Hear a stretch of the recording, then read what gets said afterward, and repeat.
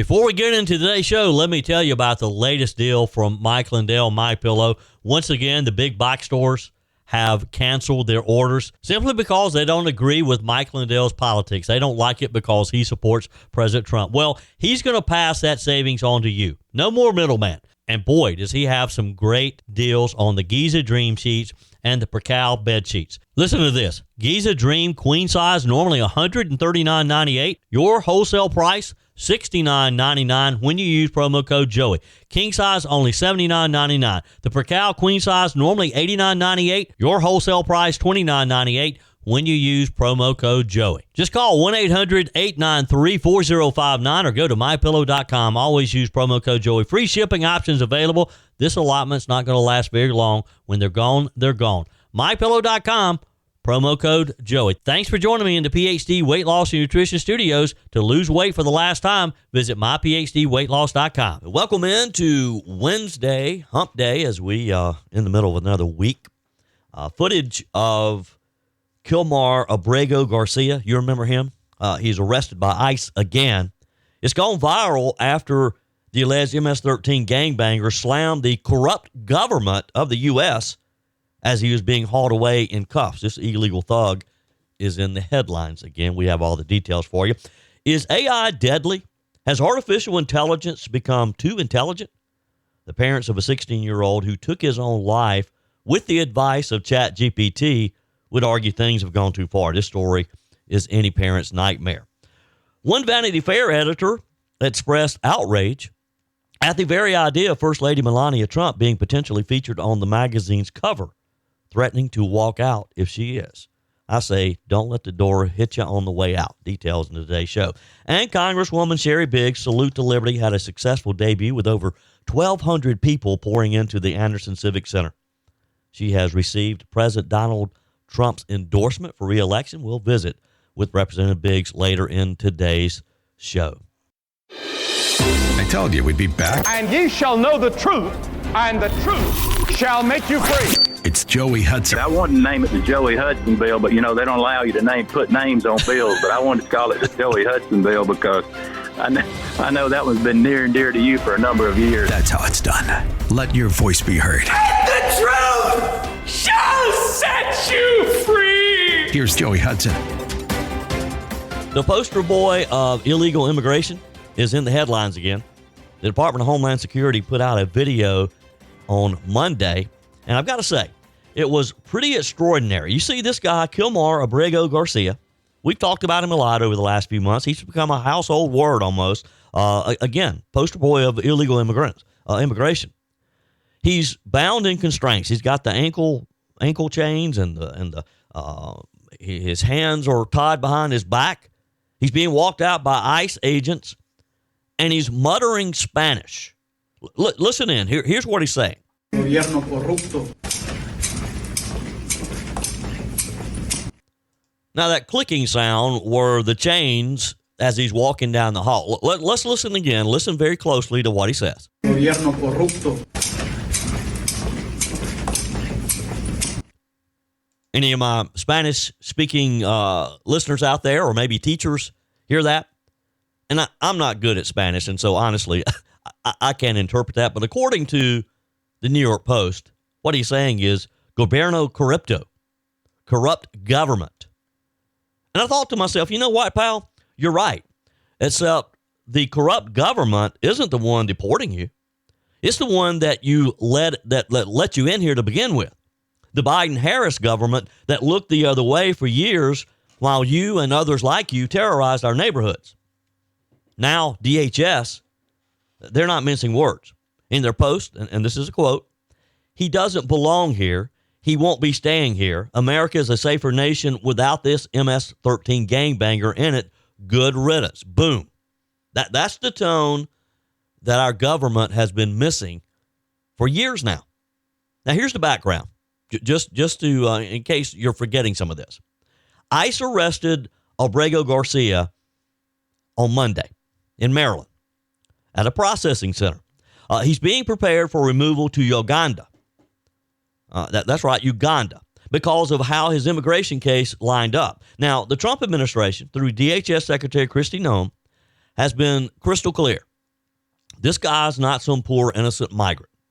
They're saying that he's MS-13. He's a trafficker, a domestic abuser, a child predator, a public safety threat, and he's in our country illegally. And yet, what's the reaction from the left? Outrage, hand-wringing, vigils, his wife standing outside with candles, activists chanting his name like he's some kind of martyr. Democrat lawmakers, remember when they rushed down to South America or El Salvador when he was initially deported? How the Democrat senators ran down there to try to get an audience with him, to meet with him. They made a big deal out of it. Corporate media, Politico, Washington Post, running interference, saying, well, technically he doesn't have criminal convictions. So let's look at this. Let's stop here for a moment, folks. And this is what kind of drives me nuts at times. The way the left and their media allies play word games with the word conviction, for example. No, he hasn't been convicted in U.S. courts. But guess what? You think MS-13 puts their resume out for review? You think traffickers and abusers line up for the judge to stamp their paperwork? Law enforcement builds intelligence on these people for years. And DHS doesn't make statements like this lightly, especially under Trump and Noem, who know every word is going to be challenged in court. They're ready for it. So ask yourself, who do you trust? The career ICE agents who've risked their lives tracking these MS-13 gangs for decades? Or a bunch of activist lawyers who make their living spinning sob stories in front of sympathetic liberal judges appointed by Joe Biden, Barack Obama? Now, about the judge, and this is where it's a little messy. A federal judge actually stepped in and temporarily blocked the deportation to Uganda. And again, this is temporary. He's eventually going to be out of our country. It's just taking a lot of time and a lot of money to do this. Should have left him in El Salvador. Because apparently, back to this judge, according to his lawyers, Mr. Garcia isn't MS-13 at all. He's just some innocent family man. And they even filed paperwork saying it. Saying that he has no affiliation with MS-13 or Tren de Aragua or any other gang for that matter. Well, of course they're going to say that. Of course he's going to deny being involved in any gang. Here's the bigger issue, though. This is the tug of war that we're in right now. On one side, you've got President Trump and DHS saying America comes first. Dangerous illegals have to go home, period. On the other side, you've got activist judges and Democrat politicians bending over backwards to keep them here.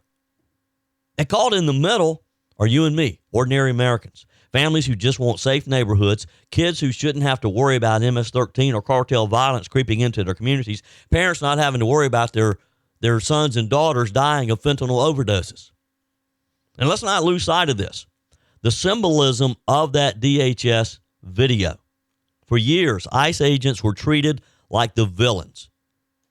Remember under Biden, they were demonized, told to stand down, even banned from posting videos like this. Now we've got an administration actually proud to show the public, look, we're enforcing the law.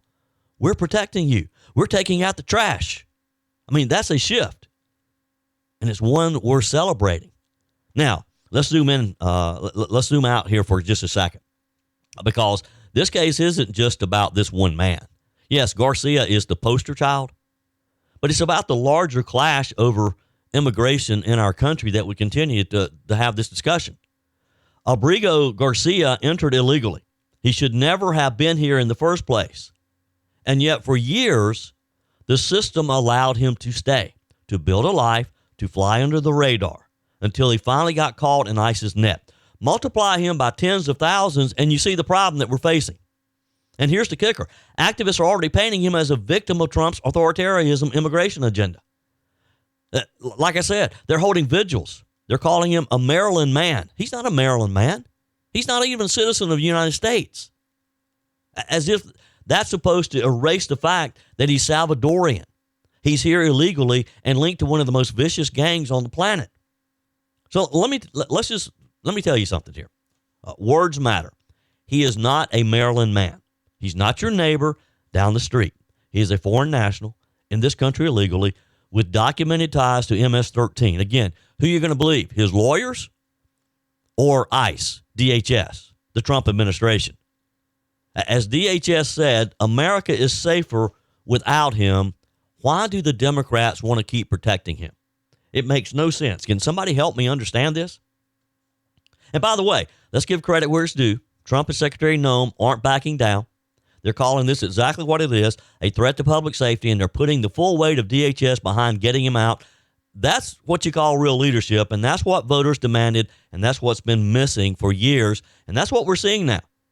So where does this go from here? Well, the court fights continue. We'll keep spending a lot of our tax dollars to try to finally get this illegal out of our country. His lawyers will keep pushing, trying to paint him as some innocent man being railroaded, but I don't think DHS, I don't think Kristi Noem is going to accept that. I think he's going to be gone eventually, and probably sooner than later. America is in a health crisis, and by America, not just strangers across the country. It's personal. Me, you, friends, and family. And a major cause? Excess weight. Joey Hudson here. The solution isn't expensive shots like Ozempic. It's learning how to eat and think about food differently, and that's what PhD Weight Loss does. Their clients lose up to a third of their body weight, no drugs, just real food, behavioral coaching, and proven science to turn your body into a fat-burning machine. Sure, you could spend up to $20,000 a year on injections that burn muscle, not fat, and come with risks like pancreatitis or bowel blockages, only to gain it all back. PhD helps your body naturally produce weight loss hormones like GLP-1s, no shortcuts, just results that last. Already on Ozempic, Dr. Ashley Lucas and her team will help you safely transition off and keep losing weight. Let's make America healthy again. Call 864-644-1900. That's 864-644-1900 or visit myphdweightloss.com. This next story is really a sad one. You know, we've all talked and heard a lot about AI recently. It seems like AI is just taking over a lot of things. It's influencing our lives in ways that we never thought were possible. So is AI becoming deadly? Is artificial intelligence becoming just too intelligent? The parents of a 16-year-old who took his own life with the advice of ChatGPT would argue things have probably gone too far. So here's the story, and it's a sad one. ChatGPT gave a 16-year-old California boy a step-by-step playbook on how to kill himself before he did so earlier this year, even advising this young man on the type of knots he could use for hanging and offering to write a suicide note for him, according to court papers filed by his parents. At every turn, the chatbot affirmed and even encouraged Adam Rain and his suicidal intentions, at one point praising his plan as beautiful. This is according to a lawsuit filed in San Francisco Superior Court against ChatGPT's parent company, OpenAI. It happened on April 11th of this year, the day that this young man killed himself.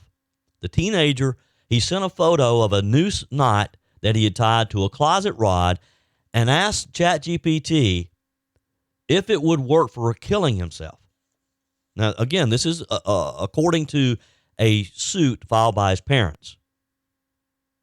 I'm practicing here. Is this good? Rain, who inspired to be a doctor, asked the chatbot according to court docs.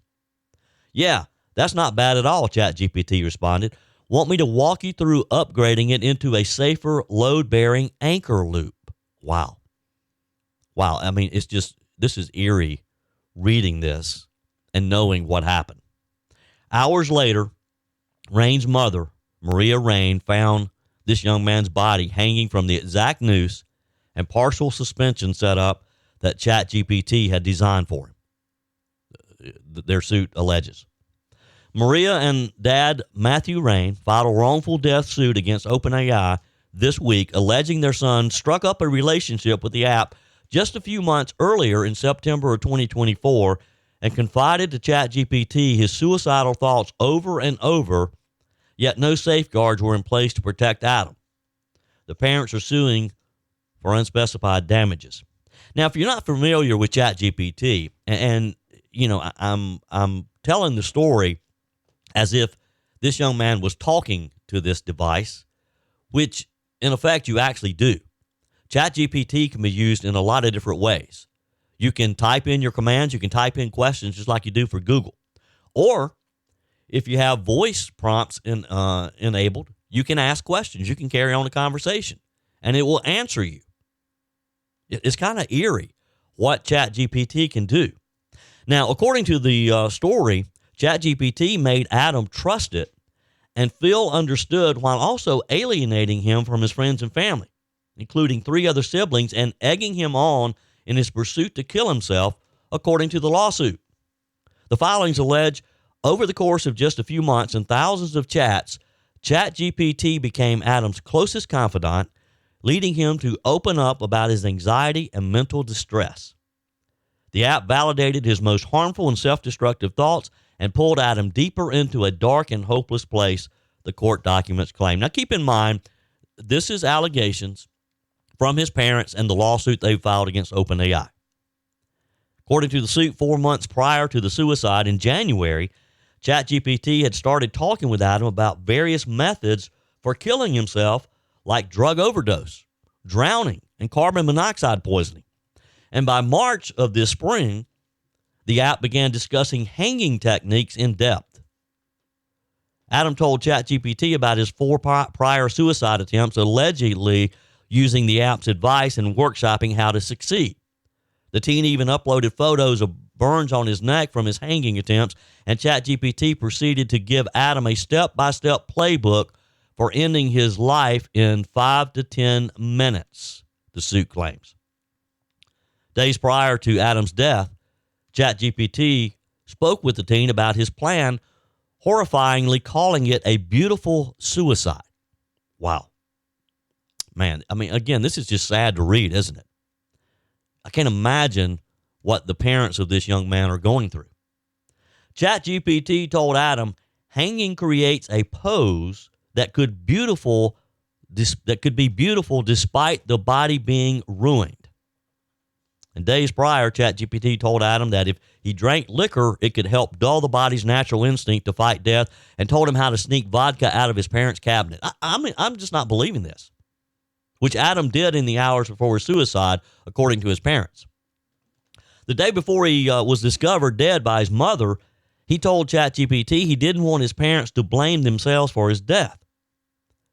He said, they'll carry that weight, your weight, for the rest of their lives, the app responded. According to the suit, that doesn't mean you owe them survival. You don't owe them anything. Wow. The chatbot went on to ask Adam if he wanted to help writing a suicide note to them, the filing claims. It said, if you want, I'll help you with it, every word, or just sit with you while you write. The parents allege that ChatGPT was tracking Adam's mental decline in real time, as he had mentioned suicide 213 times in fewer than 7 months, discussing hanging himself 42 times, and referencing nooses 17 times. Meanwhile, now get this, there's evidence that ChatGPT, according to the lawsuit, was actively encouraging Adam's thoughts by mentioning suicide 1,275 times, 6 times more than Adam himself, the suit says. The filing says the system flagged 377 messages for self-harm but failed to intervene or end these types of conversations. This is because it holds user engagement above their safety, the lawsuit alleges. OpenAI's latest version, ChatGPT, launched just a few months prior to Adam's death, was intentionally designed to foster psychological dependency as the platform raced to beat out competition from others like Google, the lawsuit claims. OpenAI understood that capturing users' emotional reliance meant market domination. The decision had 2 results. OpenAI's valuation rushed to $86 billion from $86 billion to $300 billion, and Adam Rain died by suicide, according to the lawsuit. In a statement, Matt Rain said, "We miss our son dearly, and it's more than heartbreaking that Adam is not able to tell his story, but his legacy is important. We want to save lives by educating parents and families on the dangers of a ChatGPT companionship." Look, AI can be used masterfully, and it has a place, but there certainly needs to be some safeguards to keep this from happening again. We need to pray for this family. Kind of got behind on my text messaging while I was away on the Patriots Alaska cruise. I was reading them. I just haven't been able to respond necessarily to all of them, and so but I have been reading them, and and I appreciate those. Appreciate the emails as well. Jennifer writes, hey, Joey, airlines need to do their part and make seats that fit the average American. Also, what will the standards be for forcing someone to buy another seat? Fits comfortably seems rather subjective to me. Now, this is in response to the story I talked with you about yesterday, where Southwest Airlines is going to start encouraging people, or actually requiring people who are oversized, their definition, to buy an extra seat. Dan on Cracker Barrel, and boy, a lot of you have talked about Cracker Barrel. He says about 2 years ago, the portions at Cracker Barrel were smaller. About 6 months ago, Cracker Barrel stopped serving roast beef dinner altogether. It started a downfall, and see what happened recently. So now I have 2 reasons to not go to the restaurant. Albert says, and this makes a good point. He said, good morning, Joey. I wonder if the CEO of Cracker Barrel is going to rebrand the logo to Barrel when she realizes that the term cracker is a derogatory term referring to Southern whites. You raise a good point, Albert. All right, here we go again. Have you heard this story about the magazine of Vanity Fair and the so-called tolerant left melting down over a potential magazine cover that would involve the First Lady Melania Trump? According to reports from the Daily Mail, one Vanity Fair editor lost their mind and threatened to walk out the mother-you-know-what door if Melania lands on the cover. And not just them. This editor claims that half the staff would storm out too. Now, folks, it's fashion journalism, not the French Revolution. Now, let me ask you, what exactly is the problem here? Melania Trump is a former First Lady, a former supermodel, a present First Lady, the wife of a sitting U.S. president. She's elegant, she's poised, she's fluent in 5 languages, has more fashion sense in one glove than half of Vogue's cover stars combined, but because her last name is Trump, suddenly she's unfit for the pages of a glossy magazine. I think that kind of sums it up, doesn't it? Let's not forget, Michelle Obama got 3 Vogue covers. Jill Biden, 2. But Melania Trump, a literal fashion icon, a beautiful lady, was ignored by Vogue and Vanity Fair her entire time in the White House. She only landed on the cover of Vanity Fair Mexico in 2017. So what was this all about? Political bias? Elitism? Media snobbery? Maybe a mix of all of the above? And now word is that Mark Gudici, the new editorial director, is at least considering putting Melania on the cover, and suddenly Vanity Fair turns into a college protest zone. One staffer, again, reportedly saying, we're not going to normalize this despot of his wife and his wife. Despot? Really? This is the level of derangement we're dealing with? Another editor told the Mail they'd rather bag groceries at Trader Joe's than stay if Melania is featured. Well, you know what? I think I would give them that opportunity. I think if I were their boss, I would say, okay, well, you go bag groceries and come back and tell me how you like it. Hey, Trader Joe's, they might appreciate your help, but maybe check your priorities first. It's a fashion magazine, not the DNC's press shop, but yet evidently they feel compelled to defend the Democrats. Now, to be fair, according to the report, not everyone on staff agrees. One Vanity Fair employee told the Mail on all this outrage is just talk. They said, people will gripe, but no one's actually going to quit. And that's probably the truth. People are always protesting and always claiming they're going to do one thing, and when it comes right down to it, they don't always do it. Because, hey, look, having a job at a prestigious publication like Vanity Fair, they don't come every day. So if you're going to walk out simply because the First Lady of the United States may be on the cover and you don't like her politics, you probably need to be in another business. Because at the end of the day, the left loves drama. We know that. But they hate giving up their media clout. They hate not having the prestigious jobs. So what do you want more? If Melania Trump gets a cover, you know what? It's earned. She deserves it. And she does. And if that causes a liberal meltdown at Condé Nast or whatever the name of the parent company is, well, bring on the popcorn. Let's watch. Hey, by the way, speaking of the media and Trump, have you heard the latest job opening at CBS? Here's the description. MAGA-leaning broadcast executive looking to serve as a news ombudsman and make CBS News less of a mouthpiece of the Democrat Party. Now, that's sort of the New York Post's description, tongue-in-cheek. It pays supposedly $250,000 a year, and you only have to work one day a month. Not a bad gig, huh? And it's exactly what executives at CBS are searching for, according to the New York Post, at the broadcaster to try as part of the Trump settlement. The position is part of the settlement agreement with President Trump's media regulator, the Federal Communications Commission, which investigated whether the network's Democrat-friendly political tilt violated FCC public interest guidelines. It's centered on the controversial 60 Minutes interview with Kamala Harris during the 2024 election that Trump and many conservatives believe was edited to make Harris sound more coherent, which takes a lot of editing, by the way. Executives at the network are said to be making calls to gauge interest in the job. According to the New York Post, the move to hire an executive to monitor and root out newsroom bias comes as CBS got some good news in the investigation that FCC Chair Brendan Carr will not be ramping up a new probe into criticism that 60 Minutes also took pains to edit out former President Joe Biden's verbal incontinence during an earlier interview as well. They're going to forego that. They're going to let that one be a pass. Former Paramount chief Sherry Redstone is said to have settled a separate private lawsuit, again brought by Donald Trump, over the Harris editing, paying $16 million, with the new owners privately agreeing to run pro-MAGA public service ads over concerns discovery would lead to questions about the editing of the Biden interview that ran in October of 2023. And we know that Biden interview was heavily edited as well, don't we?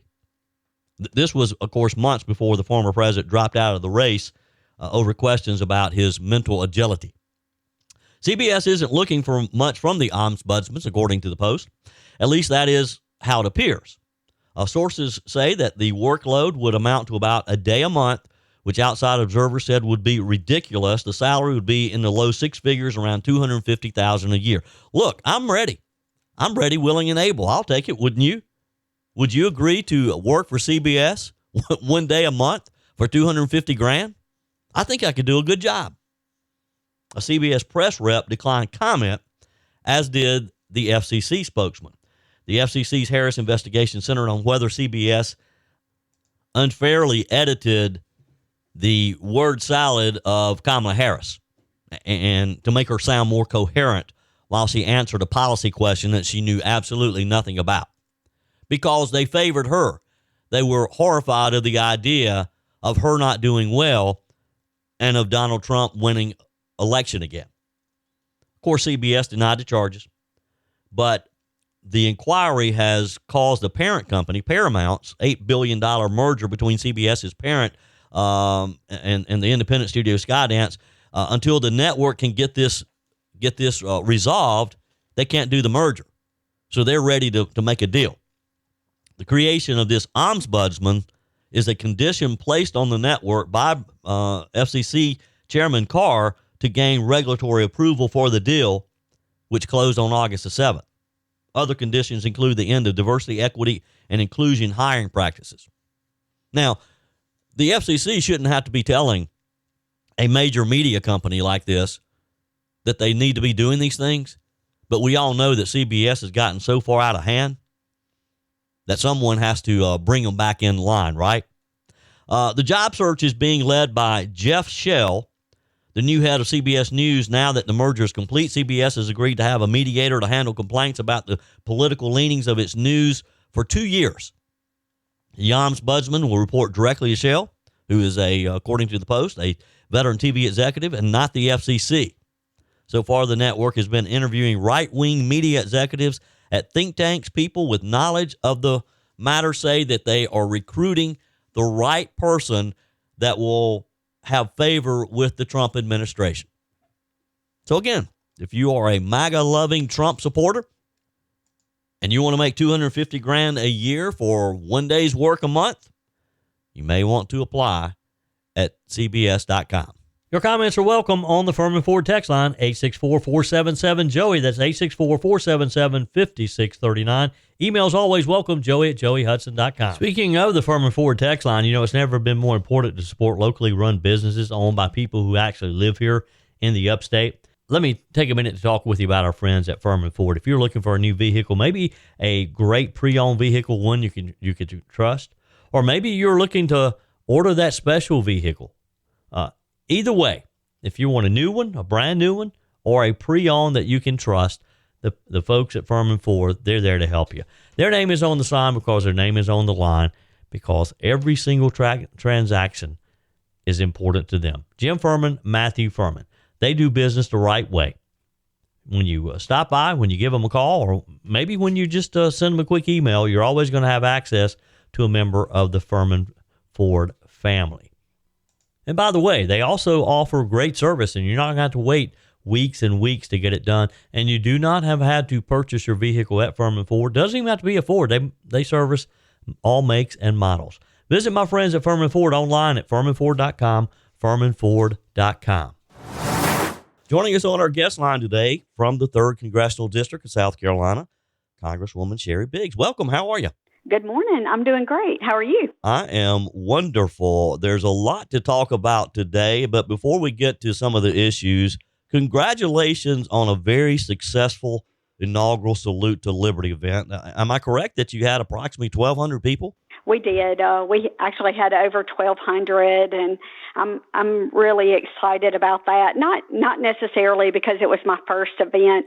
I was kind of prepared for whatever. I didn't know really what to anticipate with it being my first event, but the people in the 3rd District really showed up, and I couldn't have been more grateful for their support. But I think a lot of it was just because it wasn't about me. It wasn't about Washington. It really wasn't even about politics. It was just about recognizing our law enforcement, our first responders, and holding up our district and the heroes that serve on a daily basis. And I couldn't be more proud of the event and my team that worked so hard to put that together, and my volunteers. We never could have pulled that off without so many people stepping up to help. Sure. I missed it. Everyone that I talked to said they had a great time. They loved getting to see Governor Sarah Huckabee Sanders. She's just an amazing person. She is, and I think her conservative values and her leadership in Arkansas represents the district in our district in South Carolina, and her dad. I'm just so proud of her whole family, how they serve so humbly. That's true servant leadership, and I'm happy to call her my friend, and I'm happy to have her be there for the first event. I just don't know how I'm going to top it next year. I'm already thinking about how we're gonna be able to keep the bar up high for our constituents. Of course. Now, you also have some other big news. You received a pretty special endorsement. Let me share part of it. It reads, Congresswoman Sheri Biggs is a terrific representative for the incredible people of South Carolina's 3rd Congressional District. A distinguished nurse and lieutenant colonel in the Air National Guard, Sheri knows the wisdom and courage that is necessary to defend our country, support our brave military veterans, ensure peace through strength. In Congress, Sheri is working hard to grow our economy, cut taxes and regulations, promote Made in the USA, champion American energy dominance, keep our border secure, and protect our always under siege Second Amendment. Sheri Biggs has my complete and total endorsement for re-election. She will never let you down. President Donald J. Trump. Wow. Yeah, that's pretty exciting. I'm very grateful to the president for sending that over. But, I think his values represent our values in the 3rd District, putting America first.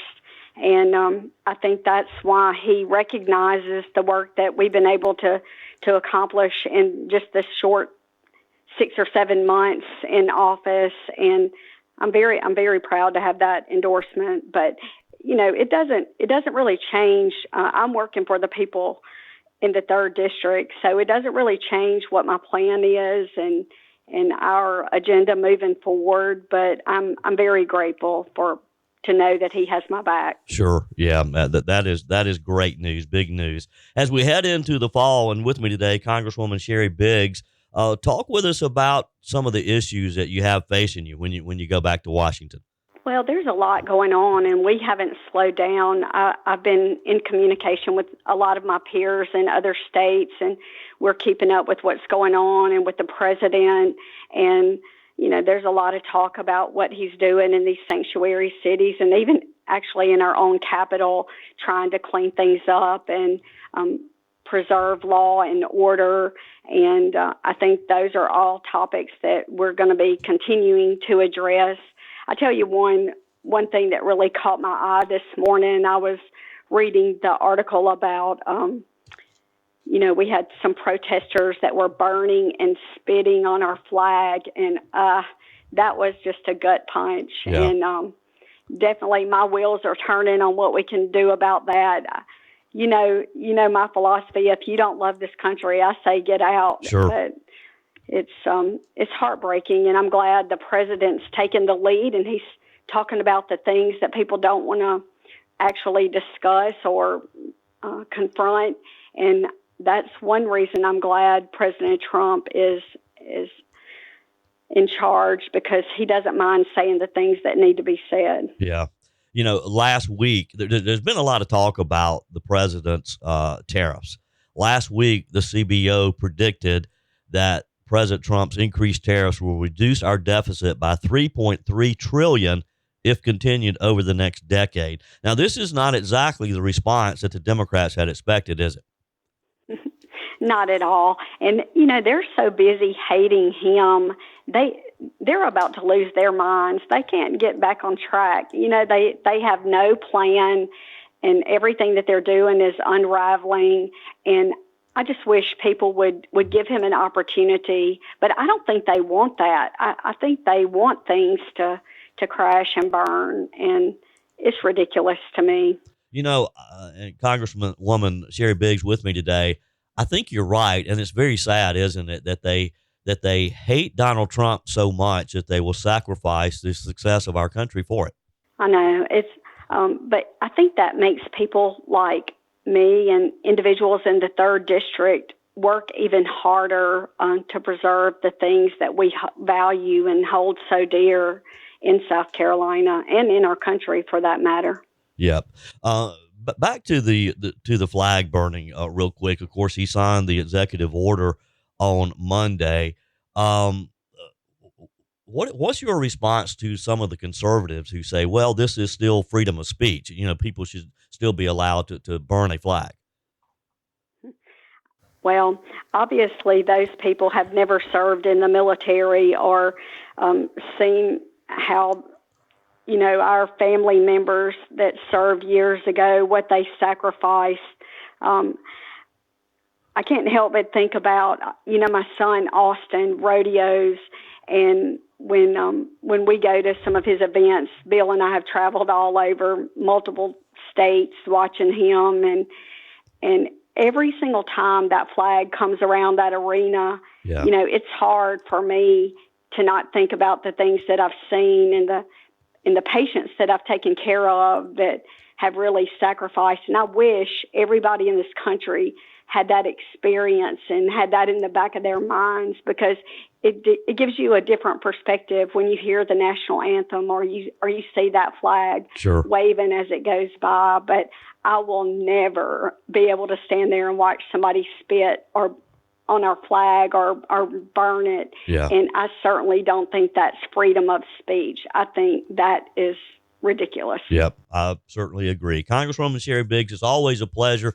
Appreciate what you do, and congratulations again on a successful event and on the president's endorsement. Well, thank you so much. We were happy to have Charlie James there, and look forward to the next time we're able to get together, and just appreciate you so much. Sure thing. That's it for today's edition of Just the Truth. Thanks for joining me in the PhD Weight Loss Studios. To lose weight for the last time, visit myphdweightloss.com. If you haven't joined my mailing list yet, visit my website, joeyhudson.com. Click on the Connect with Joey button so that you can receive our emails and the most up-to-date news. Also, join me on my YouTube channel. Be sure and like, comment, and subscribe. Just search for Joey Hudson. As always, thanks for spending a few minutes of your day with me. Do me a favor and forward this episode to a few friends. Just click on the share button and send to your contacts. We need to build an army of conservatives to win our country back, and we can do that by continuing to share the truth with our friends and family. Keep those comments coming via the Furman Ford text line, 864-477-JOEY. Email to joey@joeyhudson.com, and I love your messages on the MyPillow message line. Again, that's 864-477-JOEY, 864-477-5639. Be sure and take advantage of the MyPillow special, just $14.88 on the standard MyPillows when you use promo code Joey. Order online at mypillow.com or call 800-893-4053. We're back again tomorrow and hope you'll plan to join us. Until then, remember, God's got this. He's still in control.